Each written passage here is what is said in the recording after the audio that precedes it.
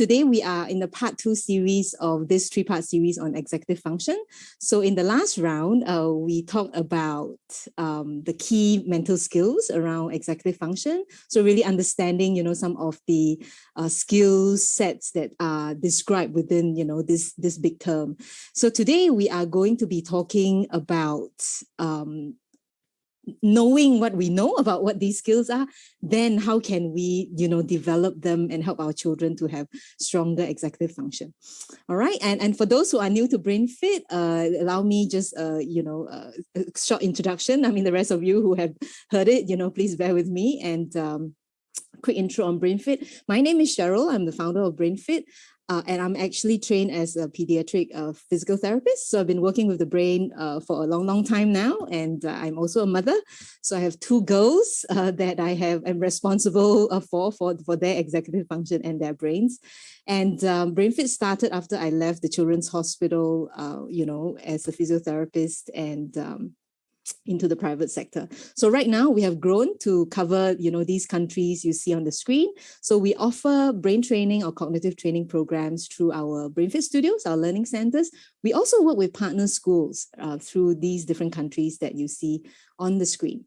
And you can see some of our centers here. So we offer enrichment programs for babies as young as 9 months all the way to older people. And we also run a preschool in certain territories, and including the one in Singapore. And so you can see our kids at work, some of the awards we have won, some of our partners in the field of brain science.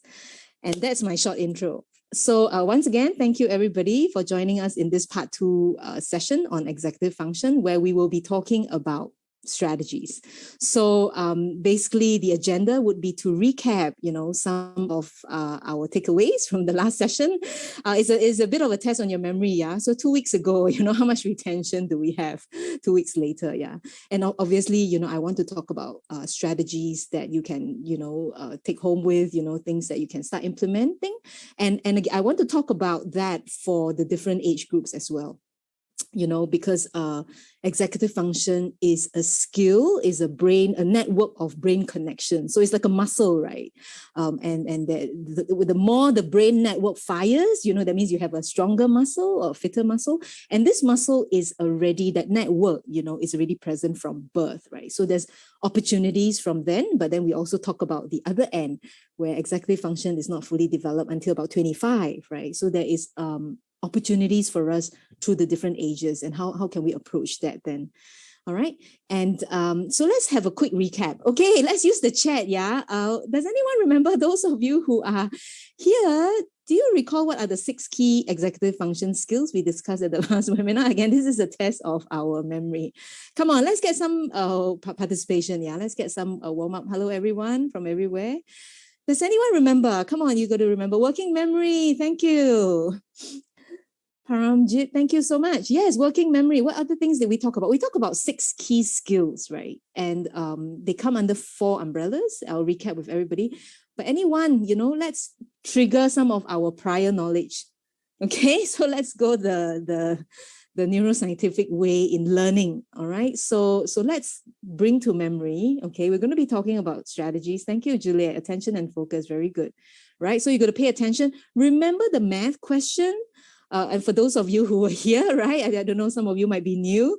We had a math question, and remember we walked through answering the math question. We first needed to pay attention. We had to recall what are the rules. It was an area and parameter question, in case we cannot recall, right? What else, had to come together? Remember, it was a hard question. Some of you were going to give up. And what was sustaining you? So we had the audience, some of you persisted, but some of you gave up. Okay, I'm just going to talk about it. All right. And there we go. Okay. And so we have these 6 skills. Yeah. So we started with attention and focus. Now we had 4 umbrellas for 6 skills that are important that we discussed the last time. So the 4 umbrellas is really a set of skills around goal setting and planning. Right? So you have your planning, your organization. I'm going to set my goal, and then I'm going to have the sequence of steps to get that. So it's more a CEO function. Okay, that's why you have the executive name. Then you have a regulation role. Okay, because in our example in the last session, it was a hard question and people didn't want to do it anymore, right? So you felt like helpless, we don't feel good, but other people wanted to persist, right? So you have all these impulses and feelings coming at you. Then how do you manage that? That is a function of executive function. How do I regulate myself? So it's a management issue. I am bored. I don't want to do my homework. Some kids will stop doing their homework.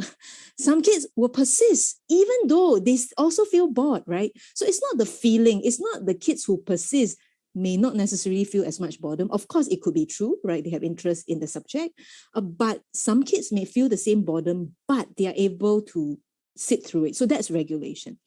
Then we have a bunch of skills that are around that are around learning, problem solving, your intelligence. That's our real thinking and learning engine. So that's working very actively, when you are acquiring new information, especially. So we're talking about paying attention, we're talking about working memory, pulling information from the past, and then being flexibly moving around concepts, right? Because questions as you go up higher is often not so pure, like what is 5 plus 2 is 7, right? It's often numerous concepts may have to come into play. And finally, the big umbrella is around self-improvement. So you are able to monitor, check yourself. Like last webinar we're running out of time. You self-check. Oh no, what do I do? Do I give up? Do I go to the next question? What do I do? All right. So you need to have a monitoring ability so that you can improve.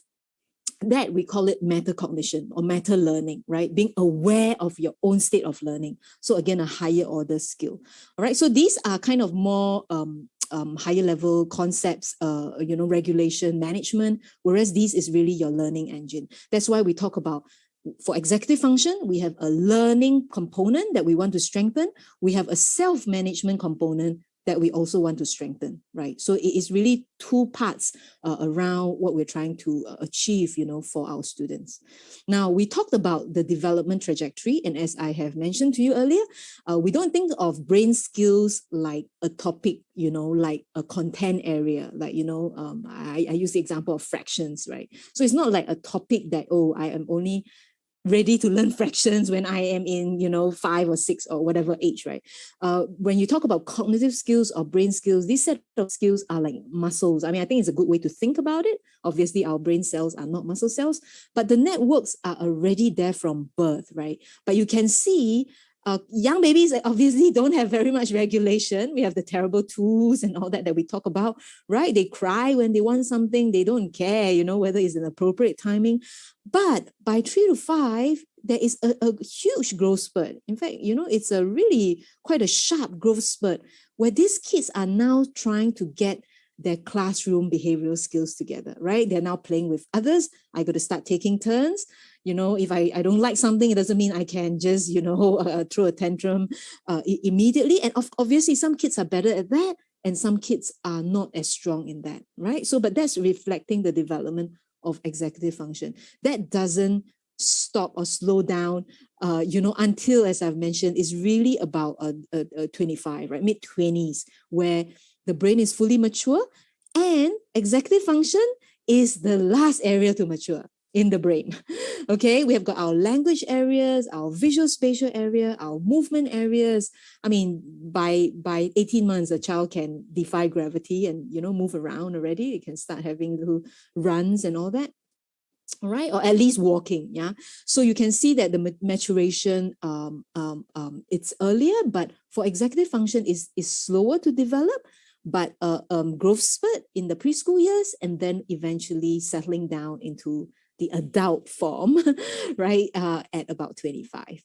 All right, and so we want to, we have lots of opportunities. Just to recap for you, this was the question, if you cannot remember, right, where we had everybody work through that. Is not an easy question. It is my daughter's grade 4 math question where you cannot use a direct parameter and area rules to answer it. All right, so you have to think out of the box. So there are different terms we use, yeah? You're thinking out of the box. You have to be very creative. Now, at the cognitive level, what do we call that? Fluency. We call that cognitive flexibility, right? That you are able to fluently move. Okay, this is not working. I can move to that. Okay, you're flexible and you are fluent in the different conceptual, understanding and coming in with different strategies, right? So, but obviously, then we know that flexibility underlies creative problem solving, which is a highly important skill for our children growing up into a very complex world with complex problems. Yeah. So I'm thinking out of the box. Yeah. So we want to explore then how then can we support our children with all these skills. Okay.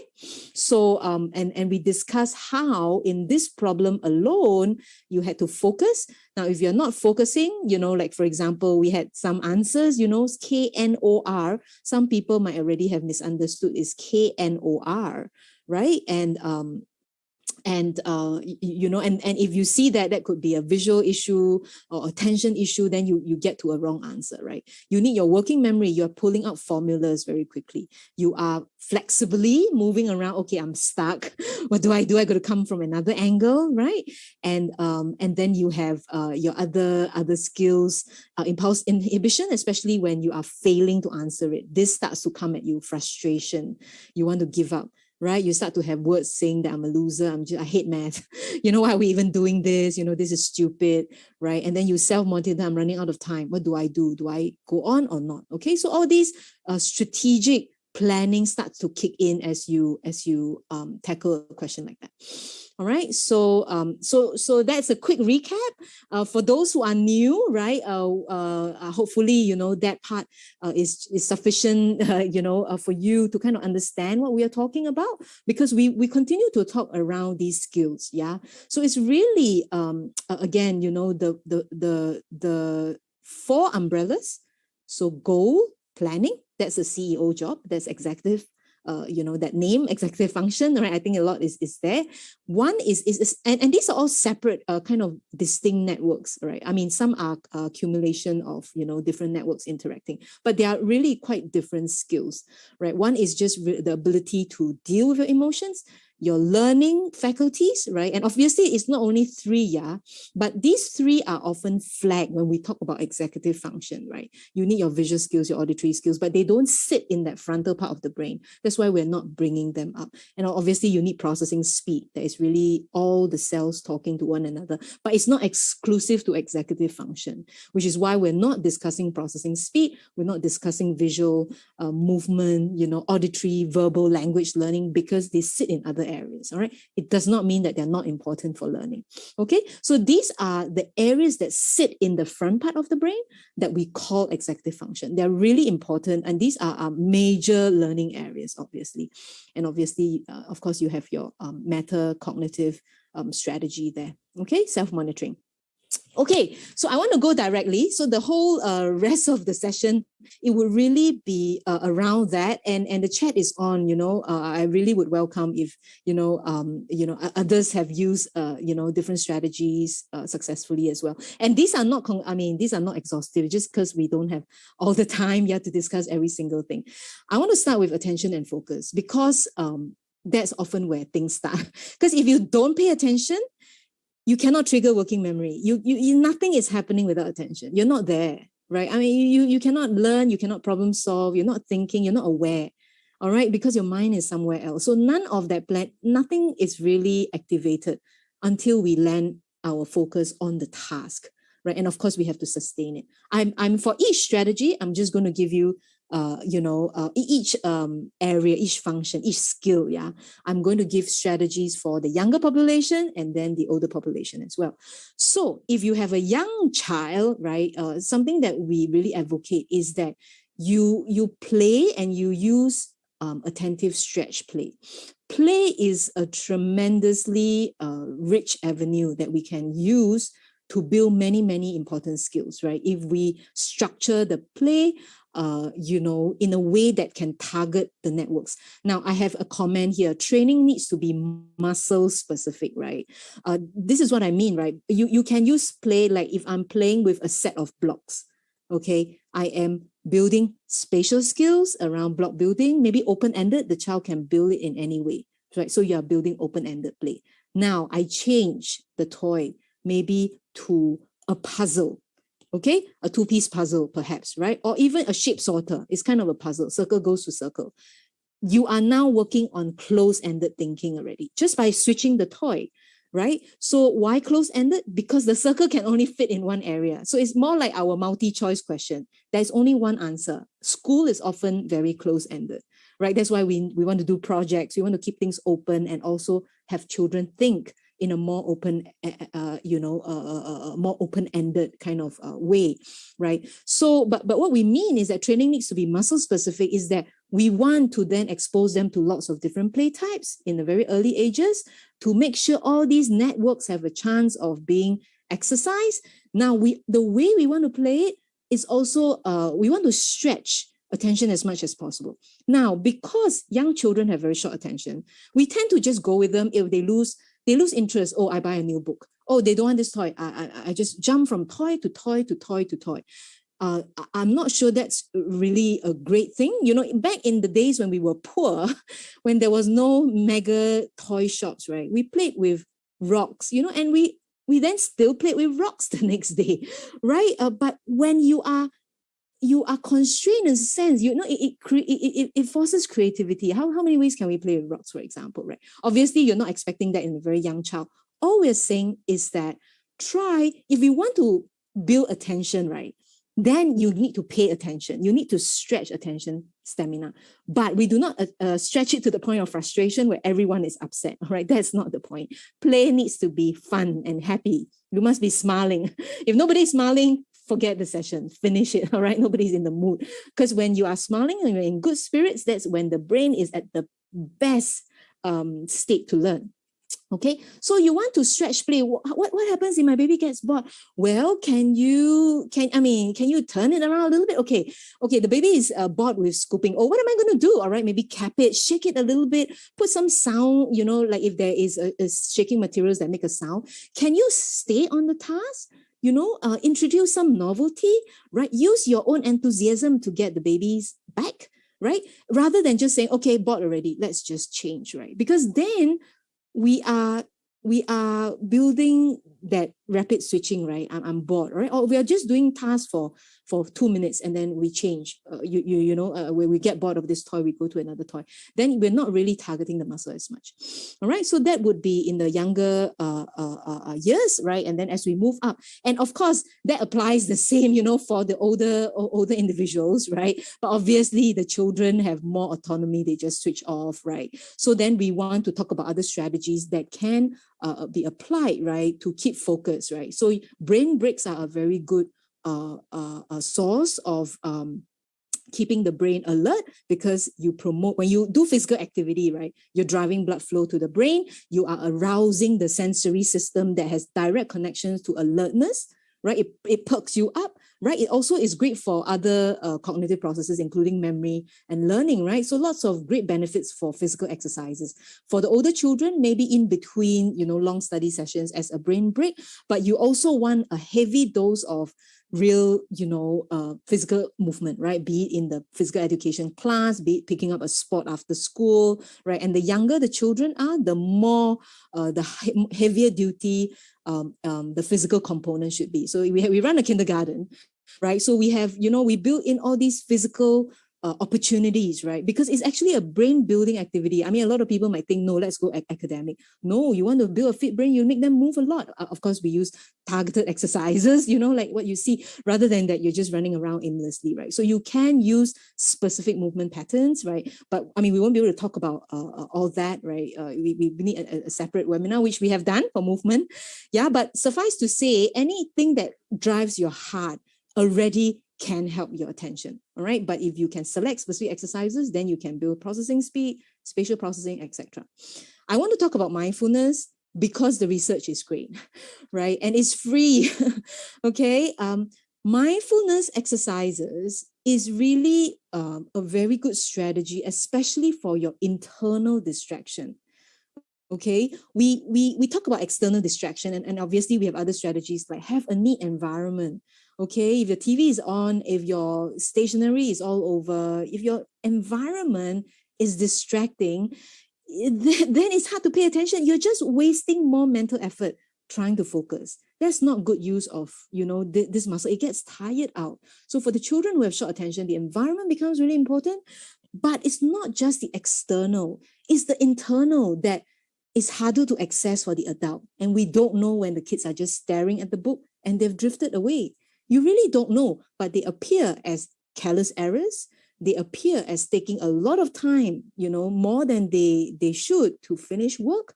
So it becomes very time draining, where you have to spend more time studying, but the results are not there. Because one of the key things we really look at with a fitter brain is efficiency. Your per hour must be impactful. Why? Because we don't want to spend hours and hours studying. We want to do sport. We want to do music. We want to socialize, right? Because there are all these other skills. Yet academic is so important. All right, so it becomes that, so our limiting factor is the number of hours. So therefore, it's really important, and having, all these cognitive fitter, cognitive skills drives efficiency, where the per hour, the kid is paying focus more, where these inner distractions is more able to be managed, right? Then you have a more power-packed 1 hour, right? It really can release time to our children, and time is so precious nowadays, right? With so many things that's happening, right? So precious. So I highly recommend it. We use it from 3 years old in our school. Okay, not easy. You can start with very short sessions, deep breathing. You can,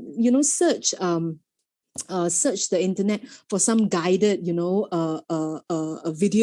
that the kids can follow. And obviously, if you are a BrainFit client, if you are in the webinar, please do use our resources. Yeah, the parents, you can have these videos, on your handphone or with the kids' apps, right? So do use that. But otherwise, if you're not in the BrainFit system, you can access these, right? And it should be no age. I think it's something you want to start from young. Obviously, they might be peaking, they might have all these behaviors that's not really showing that they are really, doing mindfulness. By the way, for children, mindfulness, in case we don't know, a lot of people think it's meditation. We don't use that term because of the religious connotation. So among the science community, we use the word mindfulness. But we are really talking about a simple act of just have your mind be silent and focus on one thing.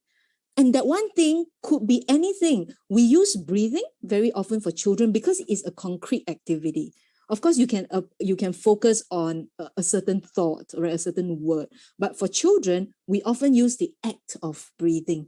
Okay, just think of your breath in and think of your breath out, and in through your nose and out through your mouth. So something very concrete. We ask them to time it, right? But this itself is hard, right? Because as you're doing it, it's boring.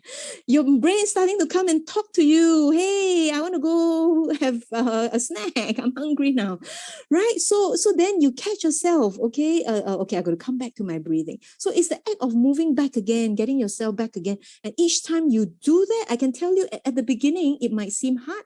A lot of people give up, but it's got really solid, wonderful brain support research. Yeah, they're supporting it.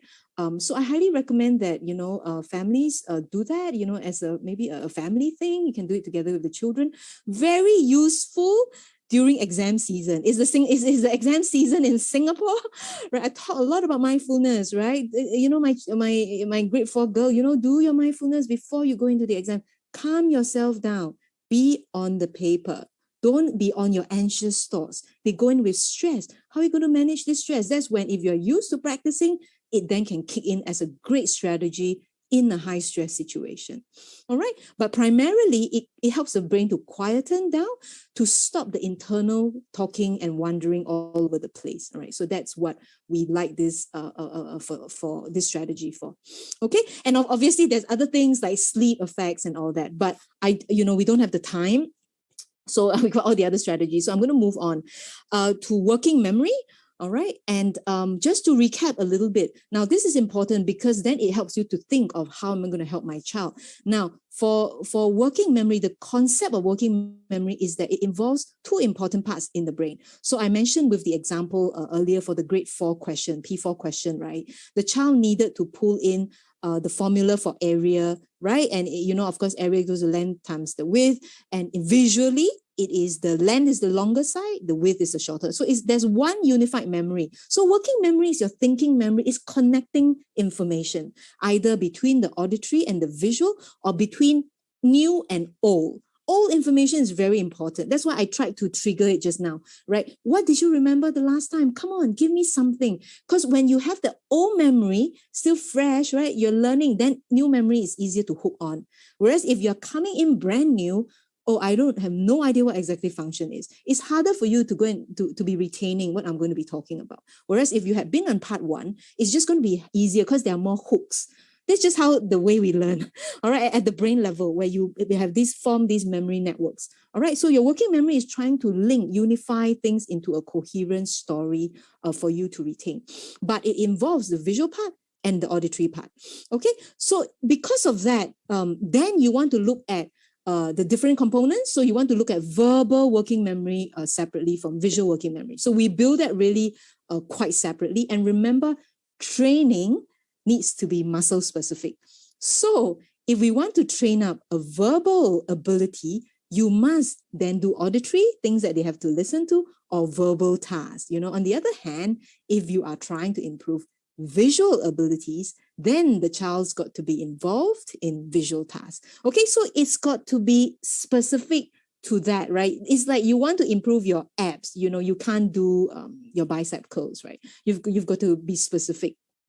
Same thing in the brain, right? And sequential memory is the other, thing that's really important, because when we talk about planning, it's always step 1, step 2, step 3. So there's a sequential component as well. There's an order component, right? And it can involve a verbal and visual strategies as well. So what can we do? Now, I'm going to show you 2 videos of little ones, right? I'm not going to show you all the video, the whole video, because it's quite long, but I just want you to see parts of it. Here would be something that's triggering more verbal working memory. You can use this, and it's have a look. Hello, parents. Our activity highlight for this week is sequencing story, a problem-solving play activity. Our goal for this activity is to help baby develop an understanding of logical sequences in a story. Now, why is this important? Having an understanding of logical sequences in a story is an important cognitive developmental milestone. It signifies the presence of logical reasoning skills which allow baby to build a coherent story in her mind. As baby matures, she will be able to handle longer sequences and more complex story plots in her mind. With strong foundations in sequential concepts, baby will be well equipped to handle comprehension and composition tasks later in school. And also math, math is very sequential. Sequencing is just a very important skill, also for your model planning and all that, right? So what she's doing is like before, like, I have an egg, I crack an egg, I cook an egg.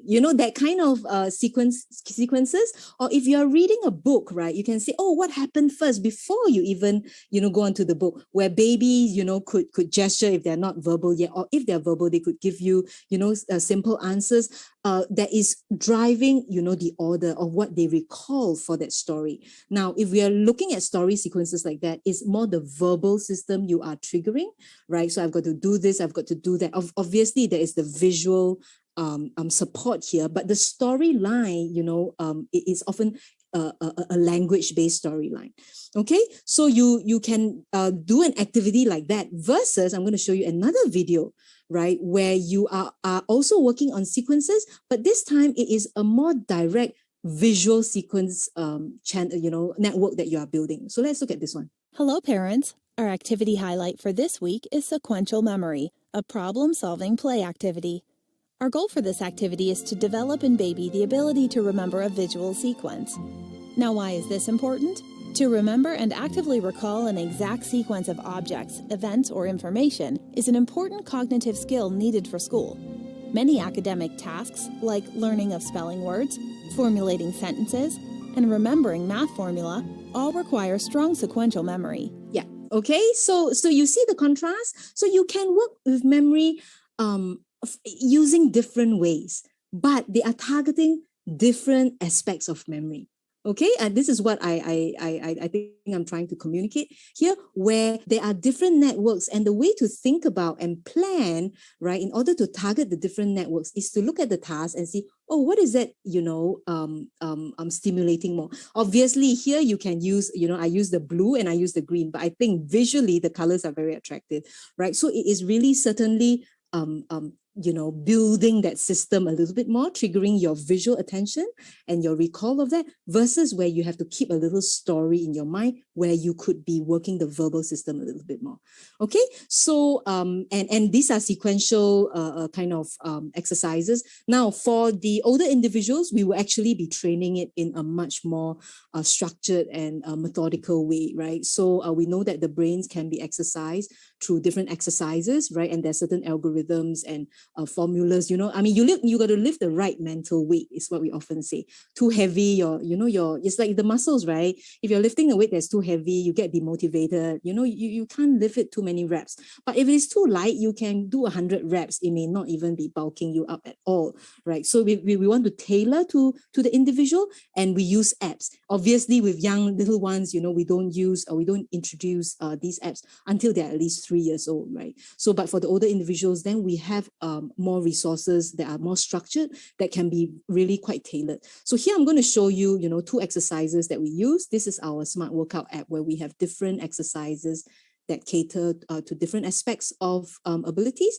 So this is a dancing patterns activity that we use to work on visual working memory. Remember the positions of the symbol, tick, circle, or cross. Okay, so you have to remember where the tick is spatially. Okay, and then you need to manipulate. Move the tick 1 square right. Right, obviously, this is not hard. Remember the positions of the symbol, tick, circle, or cross. Right. So obviously you have to level up, right? So and it doesn't start here, obviously, for the little ones, it may just start with maybe 4 squares, or, and then progressing up until where you have a grid of 4x4 and you have 1 item. You can also make the instructions go longer over time, where you have to move 2 squares right and 2 squares down, for example, right? So that will be a 2-part instruction. It's like your different amount of instructions, different parts, that you give to the students, right? When they're young, it's very simple, and then you can add the number of elements in the instruction. So we train up the brain like that, depending on the student's ability. So we're always trying to make sure that they are, lifting the right mental weights, as we like to say, right? And so that will be a very visual oriented, we're really kind of targeting the visual spatial network, versus another activity like that, also on working memory, but this would be really more on the verbal systems or the auditory systems. Yeah, quick video. So this is an activity we call rainbow sounds, that you have to really listen. Listen carefully to the following. Purple. O. Red. P. Select only the alphabet. Okay, can y'all remember? Can we do on chat? Let's get everybody a bit passive, right? What was it that we hear? Can you select the 2 alphabets? Did you hear anything? Oh, yeah. Oh, thank you, Jin. Yes. O and P, everyone's P. Yep. So that P was one of them, but we wanted the same order as well. So it was O and P. Yeah. All right. Good job. Yeah. O and P. Thank you. Okay. Let's. In the order they were played. Okay. So the first was an O and the second was a P.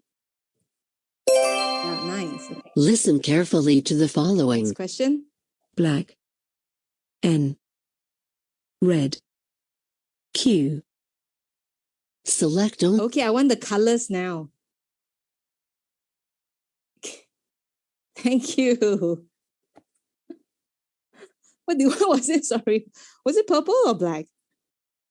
Okay, we have more blacks. Yeah. Okay. Black and red. All right. So, and again, you could, add the sequence, make it longer, right? At different parts. So, but again, it depends. Some children may not be able to start with a purple O and a black, Q, right? It may just be 2, right? And so one of the key criteria when we're talking about really more methodical methods is to just cater to the child's level as closely as possible. Using the rule of you want to lift the right mental weight. Yeah. Okay, so that's working memory. And now let's shift a little bit to talk about cognitive flexibility. Okay, so cognitive flexibility, as you know, we may use different terms around this: creative problem solving, creative thinking, thinking out of the box, right? And just being, coming out with new ideas, right? So at the technical level, right? Maybe is the right way to say, right? Is what we call cognitive flexibility, where you are able to shift, right, quite fluently between different thought processes or different concepts. Now, for a younger child, one of the best strategies that scientists have found is learning more than one language. So bilingualism, right? And introducing the second language as early as possible, right? And so that what they found was that for children where the second language, so what happens is that if you have a second language that is developed before the age 3, right? We usually call that a simultaneous bilingualism, right? Where in the brain, the child is almost using the two languages seamlessly, right? As if it's one area. Okay, they know the grammar structures or the language structures for each language is different, but at the brain level, it is almost interpreted as being one thing, right? And they are very seamless at moving between the two languages. Now, it doesn't mean that, we have no more opportunity to develop bilingualism beyond that. Now, beyond 3, obviously, we can learn a second language, but after 3, we typically call it sequential bilingualism.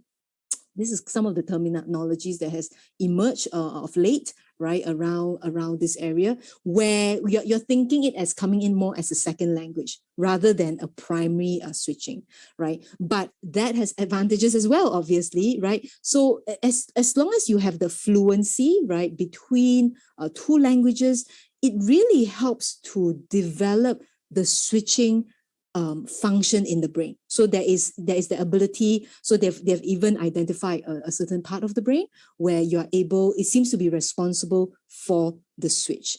Right. So one strategy, yeah, especially if you have a younger children, and obviously if you are older, you can learn a second language as well.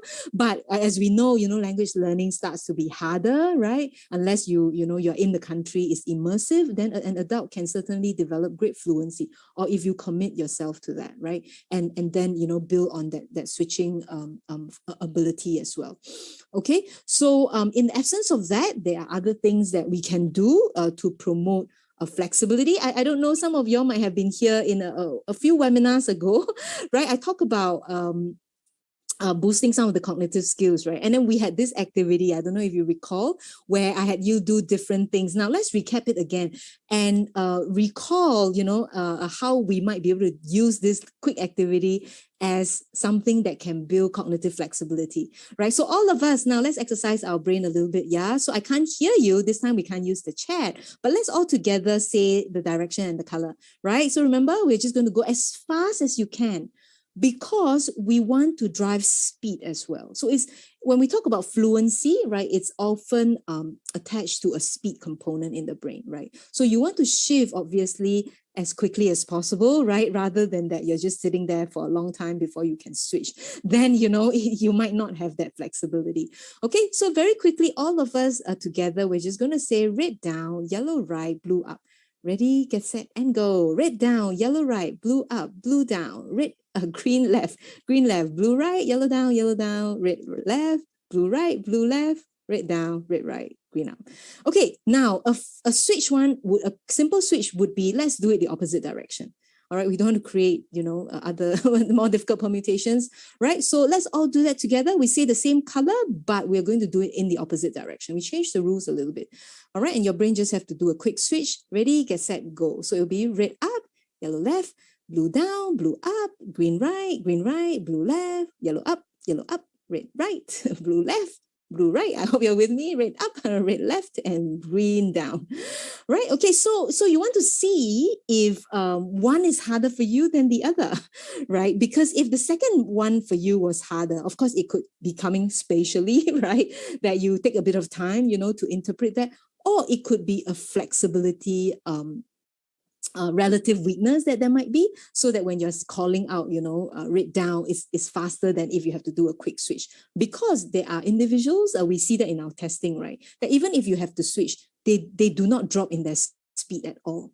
Right. So to them, reading the same direction, reading the opposite direction has no difference. So they're very, very fluent, right, in just changing the rules. Okay, I can adapt to that. Yeah. The other term that we use around cognitive flexibility is actually adaptability, right? And I have, this skill actually is really a very, very important skill especially over the pandemic period, right? And where some of us really had to reskill and do something else, right? Change a job, change a career, because there was no work, right? And some kids who had to move, many children from physical classroom into the online situation. Some children, some adults did better than others, right? Some really struggled very, in a hard way. So we know that adaptation, right? Adaptability is what we see, is linked to this cognitive ability, that allows us to, hey, let's change, let's go with it. It may be hard, but, I can deal with that. So it is a very important skill. And I think more and more in the modern world, just because things are changing so quickly. I mean, people are talking about jobs that our children will hold that are not even created yet now. Can you imagine that they might not have gone to school for? They might have to go as an adult into new job areas. I don't know, right? So adaptation, I think which is probably why it's gaining so much more attention, and how we can improve that. Now, I want to talk a little bit about if you are talking about a math question in an exam. So it's not enough, I'll give you an example. My daughter, right? I mean, if you have been following me, my daughter has a profile that is actually towards language learning. So she's got some of these cognitive skills that are very strong verbally. So she thrives in learning languages. To her, that's easy, but not in the math and the sciences, right? I've known that since she was about 5, because we did the cognitive map profile, right? So we're able to know where Isabel was strong or weak at, right? And and obviously we've been working a lot on the weaknesses, so that I want her to have opportunities in math as well, not to be fixated and say I'm not good, right? So when I was teaching her math, and obviously and Isabel had slight weaknesses in the flexibility domain when she was evaluated at 5. I remember that as well. Not just the math, visual, but cognitive flexibility was not great. So we worked very, very hard in building cognitive flexibility. I don't think it's an issue for her now, right? I mean, I see her, adapting to new situations a lot easier now. So that has helped. But I can tell you that I didn't see it in math initially, right? I mean, and she would be a girl that would tell you, no, I can't solve this question. If, we had given her the earlier question, she would say, the teacher didn't teach me this type. She always says that this type is not taught. So to her, is the one type. So I have already improved the brain's ability, the switch, I think, but I didn't see it in a subject that was not her area of strength, right? So now why? It is because there is also content-specific fluency that is needed, right? For some children, it might be in the language area. For my daughter, it was in the math area. So then you need other strategies apart from just doing the up-down. That alone might not make her think widely in math. And certainly I wasn't seeing it, right? Like fixing the switch problem. Am I going to have math becoming easily, flexible? No, I can tell you it's no, right? So there is another part, which is creating cognitive flexibility within the subject, right? So this is a little bit harder. It's really tackling the different types of things that you might see. Now, some people might challenge that and say, oh, isn't that just, giving them the solution to all the different types?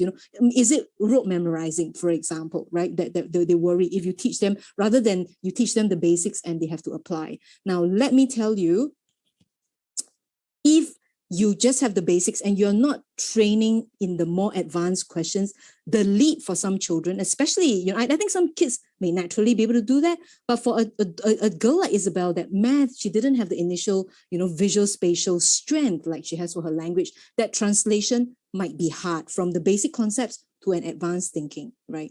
And there's research that has shown that we can create advanced thinking in small chunks. I use that strategy. So it's really involving identifying many question types. Grade 4, these are all the different ways, folding things in different ways that you have to, solve different types of problems. So you're creating fluency around small chunks. And you know what I saw? The more we were practicing at specific question type, the more she became fluent in other types that were not seen before. So it was really getting to what I want. That is that, okay, I want you to really have mathematical thinking, right? Not just within this question type, but I found that, I had to introduce the question type to her so that it is controlled. Yes, it is still not what I want, but by creating the small chunks within the different question types, you really do see that she's a lot more excited about harder questions that she's never seen before, right? So there's different ways to build fluency, right? In case some of you are really looking at some of these academic concerns, right? And where the kids are saying these kind of questions, I don't know, I can't, I've never seen this, right? Where you feel that they're rigid in their thinking almost, they're not able to apply across the board, then you want to narrow things down for them and create fluency within smaller segments, components, all right? Break it down, create a mastery, and then you find that as they gather more small chunks of mastery, then they have more options to think in a mathematical way. And you can do this for science and all the other subjects, right? And there is support that's around, building small chunks and creating fluency.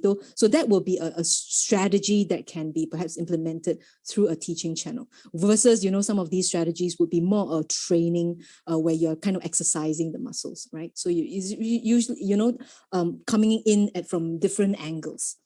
Okay, so I hope that wasn't too confusing.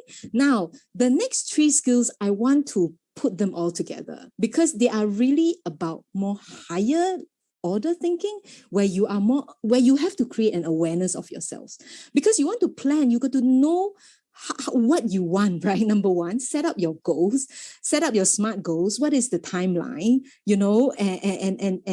and all that, right? Of achieving the goal and what sequences am I going to take, right? And also regulating. I'm getting angry. I know I'm getting angry. I'm going to start doing some deep breathing exercise. It's awareness. And obviously self-monitoring is awareness as well, right? So I think they can all be grouped under metacognitive, and they're often all interlinked. You are derailed from your plan because you couldn't manage your impulses or you didn't have self-monitoring. All right, so you completely miss your goal. I want to practice this, and pass this in 3 months. No, 3 months came and gone. You haven't, or I want to exercise, right? I haven't done any of that. Okay, so I think these are more self-management skills as a group. Now, if you have a young child, role play has come up as one of a very good play type, all right, where you have children taking different roles. Why? Because you have many skills that are being developed, but you are gaining perspective. Being a doctor, I'm being a patient, I'm being me, I'm being you. All right. So what does that mean? And when you create role play, there is a lot of planning involved. What are the steps? Who is going to do what? And you know what? Impulse regulation, because everybody wants to be the doctor. Nobody wants to be the patient, right? But hey, not everybody can hold that role. We are going to take turns. You know what? So you have all these rough things, little, skills that are forced, to be developed within that setting. So role play, as a research activity, right? So this is not just something that, just pluck off the air, but, researchers really looking at, playing through some of these group play where you take up different roles that is really building executive function, right? Where you're observing how someone might be, right? You're monitoring what's going on, right or wrong, right? You're organizing, activities with others. So for young children, that will be a nice play type to have, right? Through the preschool years and even early elementary years, right? Now, as they grow older, right, you want to make your steps or what is needed explicit, especially if you have a child that is struggling. And again, some children are great. You don't really have to do much here. They are naturally better at organizing. By the way, I haven't talked about physical organization, yeah. And I assume, that's one way we can start organize your room first, organize your closet first, right? Where things have to be classified, right? So that's organizing. Where can you group things together? So then you also have to schedule your time. You group your time so that in this time slot, we would be dedicated to this activity. Okay, so you can start by doing physical organization, get the young kids involved. Now, if for a child that is disorganized, you want to make things as explicit as possible, right? I'm listening and following instructions. My materials are out and I'm ready to learn. I took this from your therapy source, right? So please visit them if they have got some resources that you can get from their side as well. My body is at a good energy level. So if you know that, what do you have to do? You have to self-monitor. How's my energy? Am I moving too much? Where are my materials? All right. So it's triggering these observation, these awareness skills. Then it's giving you a checklist. These are your steps. All right. Again, not every child will need that. Okay. And am I able to follow that step? I may want to run around. No, your body needs to be at a good energy level to get my work done. You got to self-regulate, right? And this is something I took from my younger daughters. She's in grade 1, right? So this is a really nice self-check, great monitoring little tool that they had to do. I read clearly and loudly for the child to think, how did I do? Was it loud? Was it clear? Did I pronounce every word correctly? Again, there could be a discrepancy from your self-awareness, right? It's like the master chef, they taste the food and they think it was great. And then the judge says it's terrible. And then the participant said, no, I think it was great, right? So you could have a different standard, right? So that's when you can come alongside and say, hey, yeah, I really think you did it. This part, yeah, you pronounce very well most of the words, but you know what? These words with this ending, I think we need to practice, right? Why don't we put it in this column, because we still have those N sounds for T, for example, that you need to correct. All right. So, but you are developing that macro, higher level, knowing what my learning process. I highly advocate that. Whether you have a child who is struggling, you have a child who's already advanced, the children need to be spoken to in terms of the scope that they need to do and develop the awareness, right? It really helps you in managing and helping the child to become a better manager of themselves, because they then know where's the lack and how can I close the gap.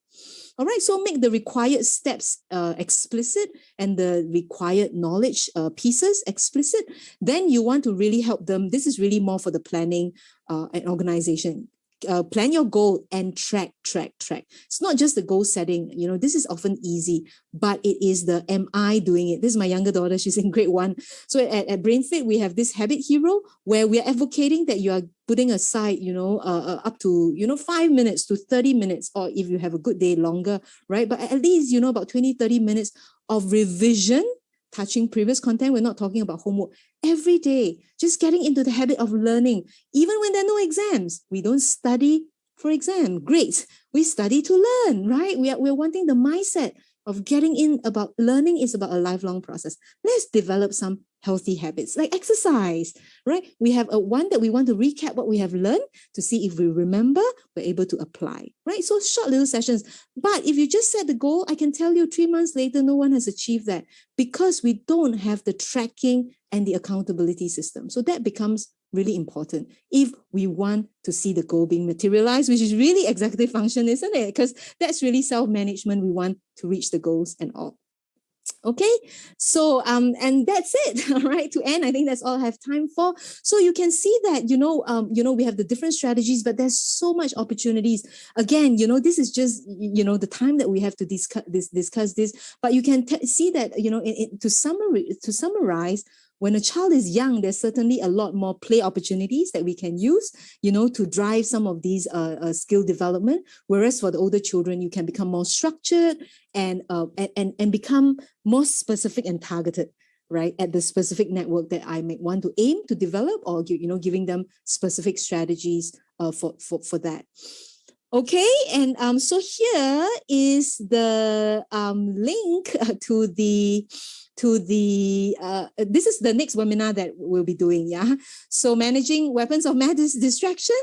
Okay, so we're talking about devices because this is kind of like compromising our executive function abilities, isn't it? All right, so we want to discuss that and how can we, what is the latest that scientists have found, maybe new strategies that we can have to tackle that, right? And so here's the feedback form. All right, Nicole, you may want to give this link instead. Maybe I should do that. All right, because that might be the long one. Okay, do we have any questions, by the way?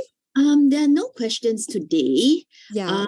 So I think pretty clear. Maybe I will just ask a question for our ADHD parents and caregivers.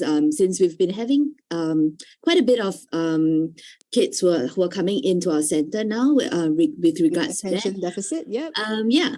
So maybe regarding attention and focus and self-monitoring, can children with ADHD or attention problems even practice mindfulness or self-monitoring, because they tend to be a little bit weaker? Yeah, weaker in those areas.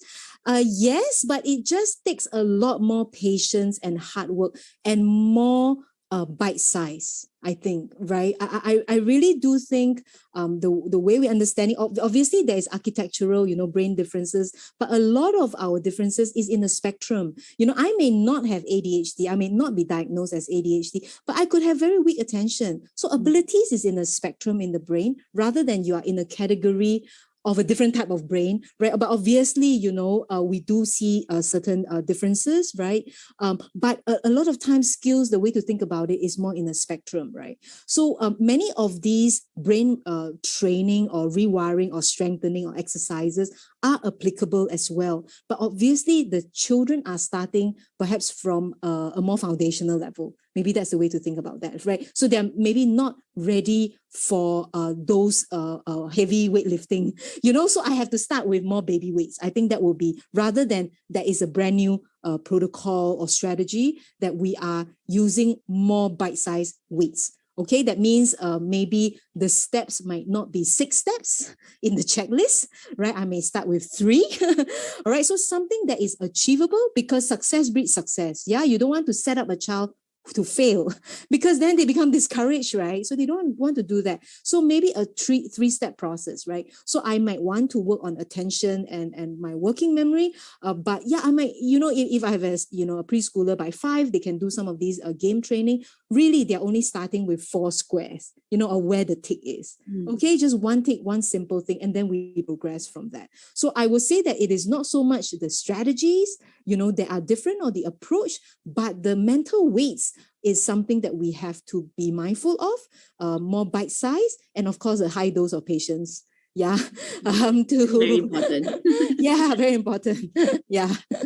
Just tuning into the chat. Oh, hi Claudia. We have a bit of questions now. Okay. Yeah, we have we probably can pick some. Regarding inhibition control and hitting others' behaviors amongst kids with ASD. This is kind of tricky. Yes. Maybe Nicole Irfan, do you want to contribute? Yeah, I think there's a couple of reasons why hitting, and other self-injurious or injurious behaviors tend to happen. It could be, a form of them just trying to communicate, that something is irritating them. It also could be then a behavior. If it lasts for too long, it can then be just a comforting behavior for them to actually manifest it. Yeah. So I think that's a good point. I think you need to try and understand the triggers, and like what Nick is saying. For example, is it an inability to express, right? Because we do see that even not among kids with ASD, right, where you have typical children where if there is a language delay, you tend to have more behavioral problems, right? So language is a very important means to regulate, right? You're able to exert and tell someone what you want. But obviously, children with ASD, language is more, has more significant weaknesses. So that would be harder. And I think it will be really looking at the triggers and to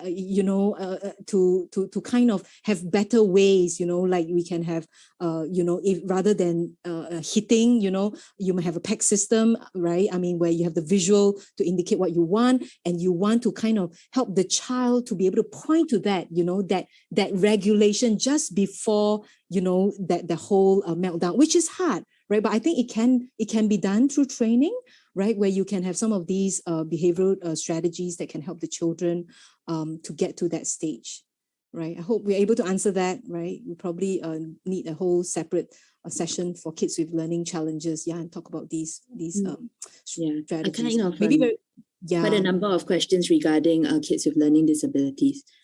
So maybe a quick, how many words should 7 to 8 year old students be able to memorize in a session? Veronica, it really depends. If you use context, right? If there's context or isolated words, I mean, are you talking about vocabulary? But I want you to know that the size of working memory, right, it is not big, right? So in fact, some people say that, and it depends on whether the words are really quite difficult or vaguely familiar, but, they haven't retained it yet, right? So they're talking about, a general rule, right? We often say that, humans can remember about 7 discrete units, but some scientists have now challenged it and say actually working memory is probably even smaller. So what we want to teach the children, I think for you, is to chunk it up. So some people think the size is only about 4 to 5. Right. But obviously 4 to 5 is very little. So what you want to do is you want to put words in a context, right? So you want to group them. So maybe you have a chunk, and the chunk within the chunk is about 3 to 4 words. Okay. Or you have a small chunk, or maybe 3. All right. And then you have 4 chunks of that. Then you become wider, you're able to increase the capacity. That is what memory strategies tend to help the children to achieve, right? But otherwise, by 7 or 8, you're looking at, in the old traditional way of thinking, is about seven. That's why, our phone numbers, is about 7 or 8 units. By 7 or 8, we should have close to the ability with that. However, you want to be mindful that working memory capacity may be smaller, and you can extend this 7 to 8 greatly if you use some memory strategies. Okay. I think maybe we just take. Nick. And I think it's also not limited to the age, because some kids we see that can, memorize the whole chunk, as long as, they are doing their exercises, their brain exercises. The brain is a muscle, you can stretch it. Yeah. So you're quite right that we have been able to see the younger kids, becoming quite capable with that. Maybe we just take the last question. It's been suggested by educators that kids with learning difficulties should delay commencement of mainstream education. What are your views on this? This is a very good question. I think it's a very real question. I think it's a hard question.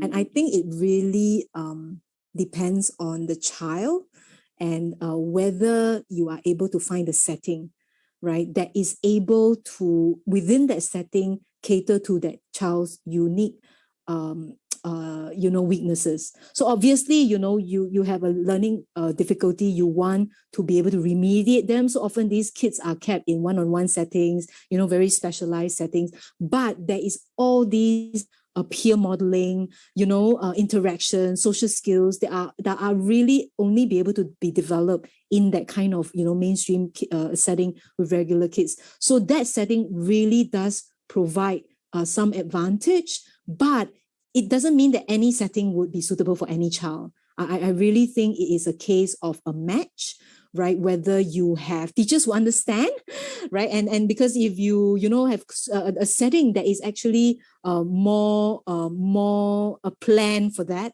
right? Then it's going to facilitate the child's learning a lot more than if that setting is actually not planned for that. So I think, but is there advantage in a good setting? Yes. If that's the question, yes, there is advantages because there is a modeling influence, right? In fact, one of the executive function, right, for your meta learning, one of them is peer modeling. I didn't talk about that. I just had to limit myself, right? So the peers can exert a certain positive impact, but it needs to be the right setting. Otherwise, it can obviously do harm as well, and cause the child to be defeated, right, in their self-esteem and all. Okay, so I think should we better end here? We should end soon because it's Yeah. already 9:36. Yes. Okay, thanks so much, everyone. Thanks for coming to the webinar today. And we'll see you guys again in 2 weeks' 2 time. weeks for our final webinar for the year, right? Weapons of mass distraction. So thank you everybody, and we will see you again hopefully. Yeah. And please give us some feedback. And if you're interested in our programs, get in touch with, and then we'll get back to you. Yeah, no, you're most welcome, everybody. Thank you for coming again. Bye. All the Thank you. best for the Singapore parents. All the best. The kids who are taking exams. Yeah. Okay. I think. The recording will be. We look out for an email from us. We will send it out in an email, right? And the email has the link to the recording. Okay, and watch out. Sometimes the email can end up in your spam folder, right? So just add it there and then say that this is a secure person. So it's send out from webinars or info at brainfit.com.sg. Okay. Oh, Bangkok too. All right. Yeah. All the best to the kids having exams. Exam season. Yeah, it's a stressful period. We need a lot of mindful breathing. Oh, Philippines too. Wow. Everyone. Yeah, all the very best. Sending them positive energy, right, and calmness, right, in a time of stress. Okay, I think it's a fun answering a question. Otherwise, we will end this. I don't want to end it in the middle. Okay, I think we've done that. Okay, thank you, everybody. Right, we are going to be ending the webinar. Yep. All right, thank you, panelists and Nicole. Yeah, thank you, everybody. Night. Okay, bye-bye. See you again.